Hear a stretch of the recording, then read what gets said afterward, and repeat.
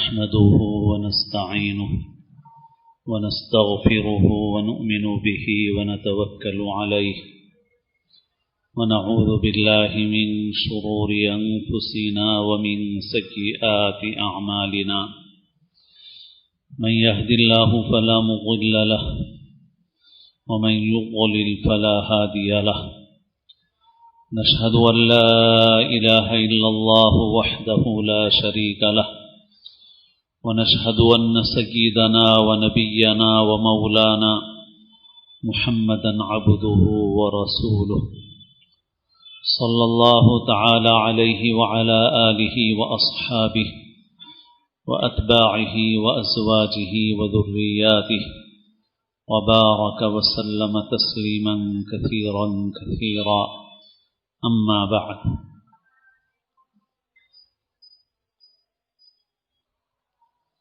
قابل احترام بزرگوں، عزیز دوستوں اور ساتھیوں، اس ملک میں خاص طور پر ہم لوگ ناموافق حالات کا سامنا کر رہے ہیں، یعنی حالات ہمارے موافق نہیں ہیں۔ ان حالات میں ہم کو کیا کرنا چاہیے،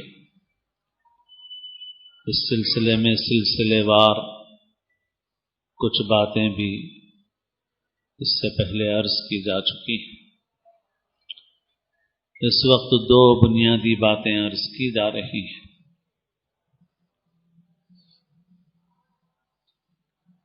جب ناموافق حالات ہوں تو انسان کو صبر سے کام لینا ہے، اور اللہ تعالی نے ارشاد فرمایا ایسے حالات میں وَاسْتَعِينُوا بِالصَّبْرِ وَالصَّلَاةِ، صبر اور نماز کے ذریعے سے اللہ کی مدد حاصل کرو۔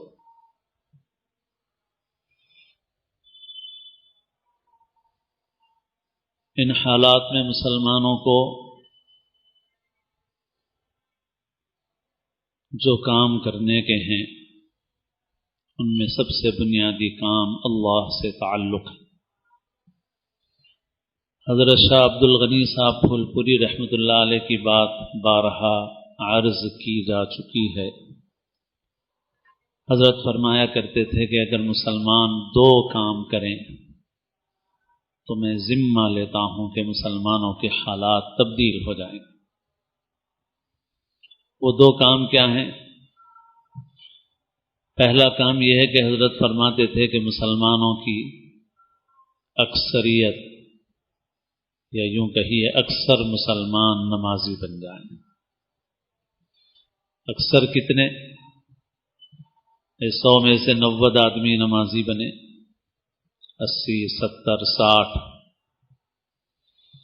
حضرت فرمایا کرتے تھے صرف 51% مسلمان، 50 بے نمازی ہیں، 50 نمازی ہیں، 50 ادھر ہیں 50 ادھر ہیں، صرف 1% بے نمازی نمازیوں میں آ جائیں۔ 51%، 51%، قسم کھائی جا سکے کہ بھائی اکثر مسلمان نماز پڑھتے ہیں۔ 50 پڑھیں گے 50 نہیں پڑھیں گے تو یہ تو نہیں بول سکتے کہ اکثر مسلمان نمازی ہیں، یہ بولنا پڑے گا آدھے مسلمان نمازی ہیں آدھے بے نمازی ہیں۔ لیکن اکثر پڑھتے ہیں یہ بولنے کے لیے 90 ضروری نہیں ہے، صرف 1% اضافہ کر دو، 51% مسلمان نمازی بن جائے۔ اور دوسری بات یہ فرماتے تھے کہ مسلمان اپنا چہرہ سنت کے مطابق بنائیں، دیکھنے سے معلوم ہو جائے کہ یہ مسلمان ہے۔ مسلمانوں کی یہ جو آئیڈینٹی اور شناخت ہے، آج دشمن پوری دنیا میں کوشش کر رہے ہیں کہ یہ ختم ہو جائے، کیونکہ اس کی بڑی تاثیر ہے، اس سے رعب پڑتا ہے۔ اس لیے وہ یہ چاہتے ہیں کہ یہ ظاہری جو آئیڈینٹی اور شناخت ہے یہ ختم ہو جائے، تاکہ مسلمان ایک طرح سے کمزور ہو جائے۔ ہمیں اپنی شناخت کو باقی رکھنا ہے۔ بہرحال حضرت کی بات میں سے پہلی بات اس وقت ہمارا موضوع ہے۔ حضرت فرماتے تھے 51% مسلمان نمازی بن جائیں، میں ذمہ لیتا ہوں کہ پورے مسلمانوں کے حالات تبدیل ہو جائیں۔ باتیں بار بار عرض کی جا چکی ہیں، اور آج جو دو باتیں عرض کر رہا ہوں ہر جمعہ میں بیان کیا جائے تو بھی کم ہے، ہر جگہ سے بیان کیا جائے تو بھی کم ہے۔ یہ مت سوچو کہ پرانی باتیں، بات گفتگو بیان مقصد نہیں ہے، مقصد عمل پر آنا ہے، کام پر لگنا ہے، اور جب تک وہ کریں گے نہیں تو وہی بولنا پڑے گا۔ بھائی فوج جا رہی ہو، اس کو کوئی ہدایت اس کا کمانڈر دے اور وہ اس کو پورا نہ کرے تو کیا خالی وہ ہدایتوں کی تقریر کرتا رہے اور فوجی بیٹھ کے سنتے رہے بیان؟ تو معرکہ سر ہو جائے گا، کامیابی حاصل ہو جائے گی۔ کمانڈر کی ایک بات نہیں مانی آپ نے، وہی کہے گا، وہ پھر کہے گا، دوبارہ وہی کہے گا، سبارہ وہی کہے گا، بار بار وہی کہے گا۔ اب آپ بتائیں کہ ہم لوگ کتنے فیصد ہم میں نمازی ہیں؟ مسلمان کتنے فیصد نمازی ہیں؟ 10% بولنا مشکل ہے، اور جب تک یہ نہیں کرو گے کسی تدبیر میں کوئی اثر نہیں ہوگا۔ کتنا ہی بڑا جلوس نکال لو، CA وغیرہ کے خلاف بہت بڑا جلوس نکالا حیدرآباد والوں نے، تو تم میر عالم ٹینک سے لے کے ٹینک بینڈ تک، حسین ساگر تک پورا جلوس بھر دو، کچھ نہیں ہوگا، کچھ نہیں ہوگا۔ دل اللہ کے قبضے قدرت میں ہے۔ اللہ جب چاہے گا جس کے دل میں چاہے گا رعب ڈالے گا، اور جس کے دل میں چاہے گا کمزوری ڈال دے گا۔ یہ کون کرتا ہے؟ اللہ کرتے ہیں۔ وَلَيَنزِعَنَّ اللَّهُ مِن صُدُورِ عَدُوِّكُمُ الْمَهَابَةَ مِنكُمْ وَلَيَقْذِفَنَّ اللَّهُ فِي قُلُوبِكُمُ الْوَهْنَ۔ اللہ تعالیٰ تمہارے دشمنوں کے دلوں سے تمہاری ہیبت نکال دے گا۔ اللہ دشمنوں کے دلوں سے ہیبت نکال دے تو تم کتنا ہی بڑا جلوس نکالو، کچھ ہیبت نہیں پیدا ہونے والی۔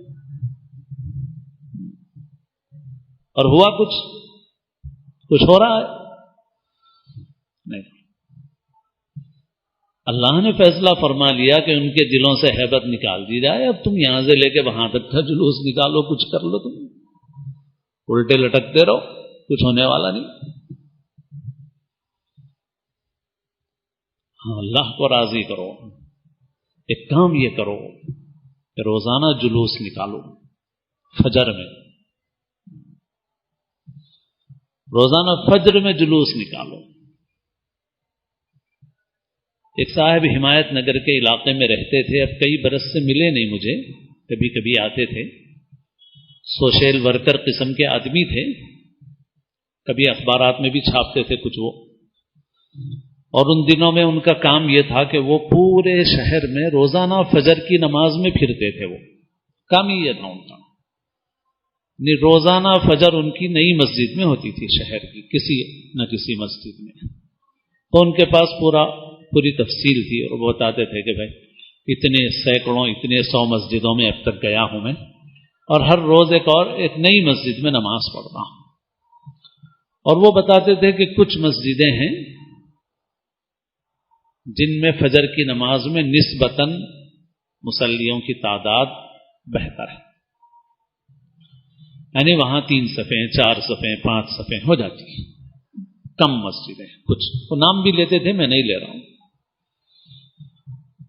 اور اس کے علاوہ باقی آپ پورے شہر میں گھوم جاؤ، ایک صف ہونا مشکل ہے، بہت سی مسجد، بیشتر مسجدیں ایسی فجر کی نماز۔ اور وہ پورا سروے اپنا، وہ خود ان کی آنکھوں سے دیکھا ہوا اور ان کی ذات سے کیا ہوا سروے تھا جو سناتے تھے وہ، کہ بھائی اتنی مسجدوں میں گیا ہوں اور یہ حال ہے مسجدوں کا۔ میں آپ کو سنا چکا ہوں کہ ایک صاحب پرانے شہر کے ایک بار ملے، ایک جلسے کے بعد اور مجھ سے بولنے لگے کہ میں ایک ایسے محلے میں رہتا ہوں جہاں 100% نہیں 200% مسلمان بول سکتے ہیں، اور باہر بیٹھ کر چبوتروں پر رات بھر باتیں کرتے رہتے ہیں، لغو چیزوں میں اپنا وقت گزارتے ہیں، فجر کی اذان ہوتی ہے اٹھ کے گھروں میں چلے جاتے ہیں۔ میں ان سے کہتا ہوں بھائی ذرا چلو 5 منٹ مسجد میں نماز تو پڑھ لو، مگر مسجد آنے کی توفیق نہیں ہوتی ہے۔ میں ایسے محلے میں رہتا ہوں جہاں 100-200% مسلمان بول سکتے ہیں، مگر امام صاحب کے پیچھے صرف 6 نمازی رہتے ہیں، 6 نماز۔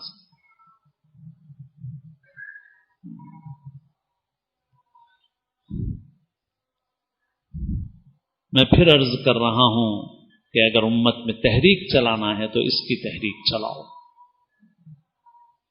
جلوس نکالنا ہے تو روزانہ فجر میں جلوس نکالو، اور جن مسجدوں میں نسبتاً غنیمت ہوتے ہیں، مصلی زیادہ ہوتے ہیں، وہ بھی مجموعی تعداد کے اعتبار سے کم ہوتے ہیں۔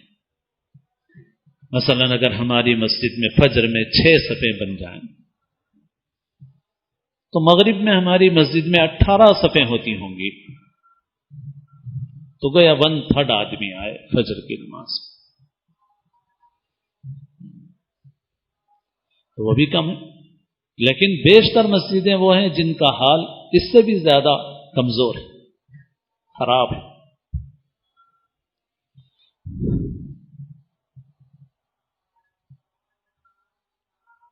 دل اللہ کے قبضہ قدرت میں ہے، فیصلہ اللہ کے پاس سے ہوتا ہے، فیصلہ نیچے نہیں ہوتا، فیصلہ اوپر ہوتا ہے۔ بلائیں تیر اور فلک کماں ہیں، چلانے والا شہ شہاں ہے، اسی کے زیر قدم اماں ہیں، بس اور کوئی مفر نہیں۔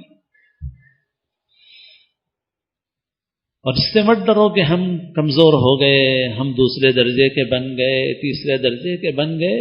وَتِلْكَ الْأَيَّامُ نُدَاوِلُهَا بَيْنَ النَّاسِ، یہ اللہ کا نظام ہے۔ وہ بنی اسرائیل جو حضرت یوسف کی سرداری کے بعد حضرت یعقوب کے ساتھ مصر پہنچے تھے، چند صدیوں کے بعد وہ غلام بن گئے تھے، لیکن اللہ تعالیٰ نے قرآن مجید میں ارشاد فرمایا وَنُرِيدُ أَن نَّمُنَّ عَلَى الَّذِينَ اسْتُضْعِفُوا فِي الْأَرْضِ وَنَجْعَلَهُمْ أَئِمَّةً وَنَجْعَلَهُمُ الْوَارِثِينَ،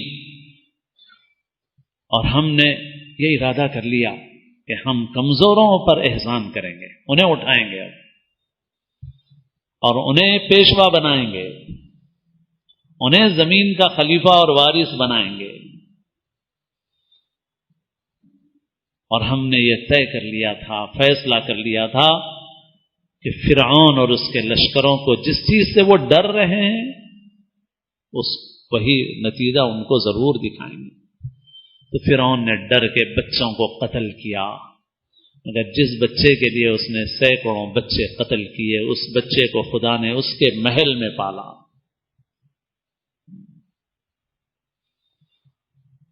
اور اللہ نے جو فیصلہ فرما دیا تھا وہ پورا ہو کر رہا، اور بنی اسرائیل کو جو حکم دیا گیا تھا ان حالات میں وہ بھی ہمارے لیے مشعل راہ ہے۔ وَأَوْحَيْنَا إِلَى مُوسَىٰ وَأَخِيهِ أَن تَبَوَّآ لِقَوْمِكُمَا بِمِصْرَ بُيُوتًا وَاجْعَلُوا بُيُوتَكُمْ قِبْلَةً وَأَقِيمُوا الصَّلَاةَ وَبَشِّرِ الْمُؤْمِنِينَ۔ ہم نے موسیٰ اور موسیٰ کے بھائی ہارون دونوں کے پاس وحی بھیجی کہ اپنی قوم کو مصر ہی میں ٹھکانہ لے کر کے رکھنا ہے، اور تمہیں اگر وہ عبادت کرنے نہ دیں تو اپنے گھروں کو قبلہ بنا لینا، اپنے گھروں کو عبادت گاہ بنا لو، اپنے گھر کو عبادت کا، دین اور ایمان کی حفاظت کا مرکز بنا لو۔ آج ہم دوسروں کا رونا روتے ہیں، انہوں نے مسجد ڈھا دی، انہوں نے وہ کر دیا۔ ارے بھائی، اگر اور بھی حالات تنگ ہوں تب بھی ہمارا گھر ہمارے قبضے میں ہے، ہمارے اختیار میں ہے۔ بنی اسرائیل کو کہا گیا اپنے گھر کو قبلہ بنا لو، عبادت کا، ایمان اور دین کی حفاظت کا مرکز بنا لو۔ اور اب ہمارے سامنے جو حالات ہیں یہ حالات بھی ایسے ہی ہیں۔ آپ کو بتاؤں کہ اب آنے والے وقتوں میں ہم کو آپ کو اپنے دین کی حفاظت کے لیے جس جگہ سے کام کرنا ہے وہ گھر ہے، وہ گھر ہے، اور باقی سب جگہیں خطرے میں ہیں، باقی سب جگہیں خطرے میں ہیں، تعلیم گاہیں، عبادت گاہیں سب خطرے میں ہیں۔ پتہ نہیں کیسے کیسے ایجنٹ بٹھا دیے جائیں گے۔ تو اللہ نے حکم دیا بنی اسرائیل، اور بنی اسرائیل اپنے گھر میں کرتے رہے، حضرت موسیٰ کی ہدایات پہ عمل کرتے رہے، اور پھر آخرکار اللہ نے انہیں سر بلند کر دیا۔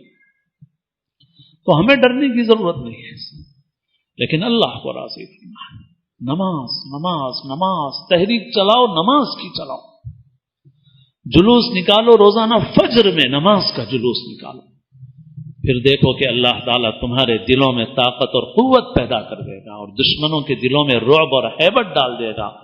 اور اگر تم یہ نہیں کرو گے تو لاکھ جلوس نکالو، الیکشن کرو، کسی پارٹی کا ساتھ دو، کسی کو اختیار پر اور اقتدار پہ لاؤ، کچھ بھی کر لو، کوئی فائدہ اور کوئی نفع ہونے والا نہیں ہے، نہیں ہے، نہیں۔ اور دوسری بات جو اس وقت عرض کر رہا ہوں میرے دوستو، وہ یہ ہے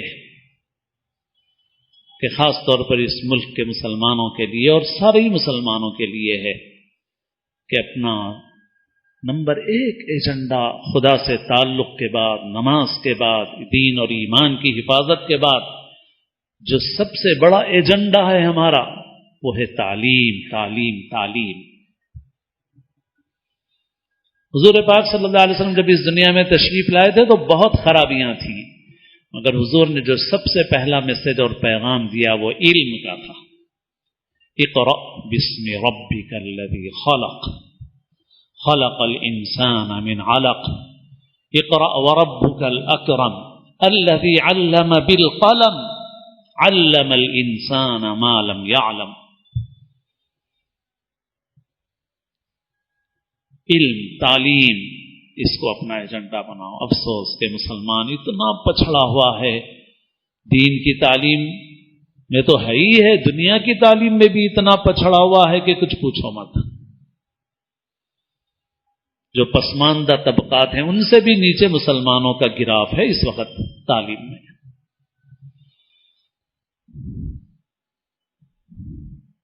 حضور نے سب سے پہلے محنت تعلیم کی فرمائی، حضور نے سب سے پہلا پیغام علم کا دیا، حضرت ارقم کے مکان میں سب سے پہلے تعلیم کی محنت فرمائی۔ حضور نے فرمایا میں معلم بنا کر بھیجا گیا ہوں۔ حضور نے مدینہ خود ہجرت کرنے سے پہلے حضرت مصعب بن عمیر کو معلم بنا کے مدینہ بھیجا۔ بدر میں جب قیدی ہاتھ آئے اور ان قیدیوں سے مال و دولت وصول کرنے کا موقع تھا تو حضور نے سب سے قیمتی چیز علم سمجھی، اور حضور نے ان قیدیوں میں سے جن کو لکھنا پڑھنا آتا تھا ان سے یہ فرمایا کہ تم ہمارے بچوں کو لکھنا پڑھنا سکھا دو، یہی تمہارا فدیہ ہے، یہی تمہارا جرمانہ اور تاوان ہے۔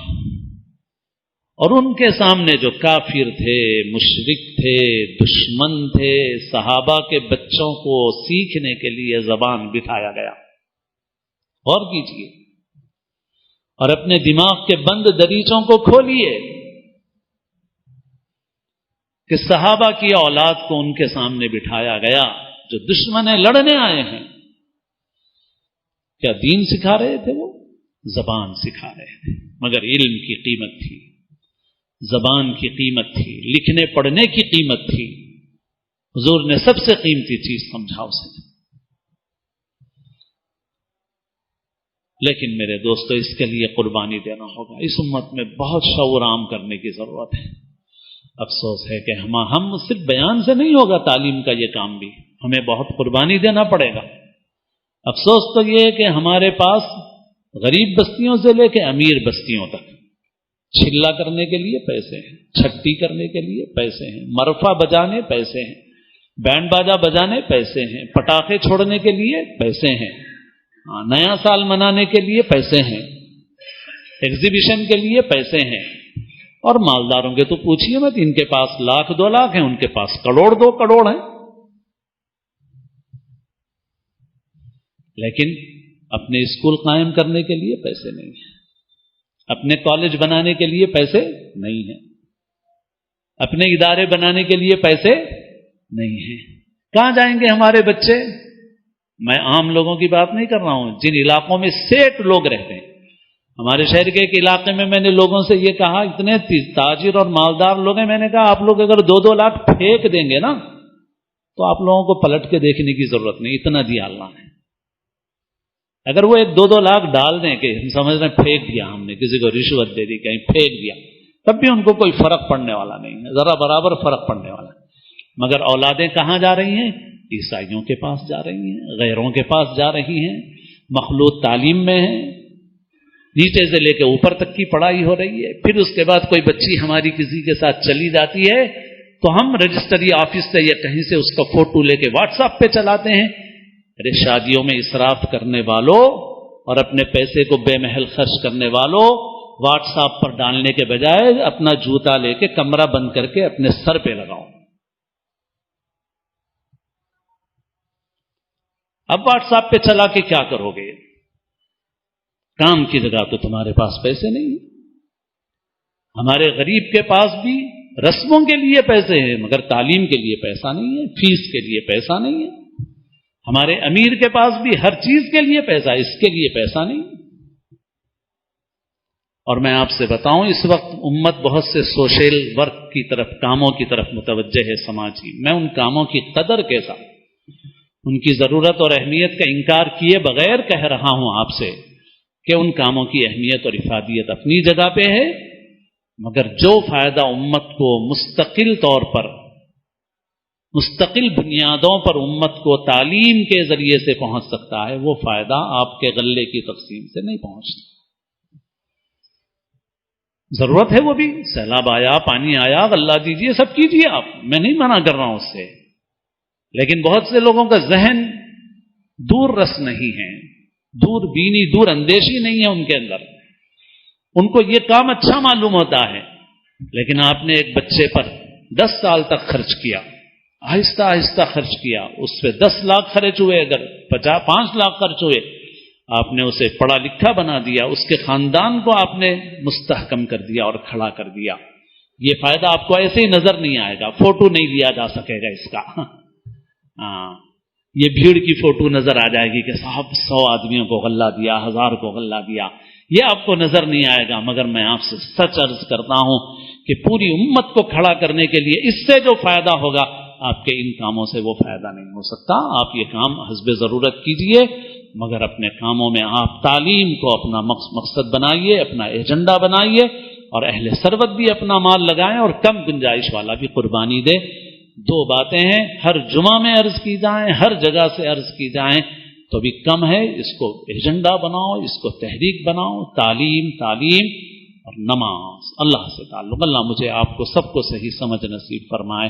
اللہ تعالیٰ ہم سب کو اسلام کی زندگی اور اپنے اپنے وقت پر حسن خاتمہ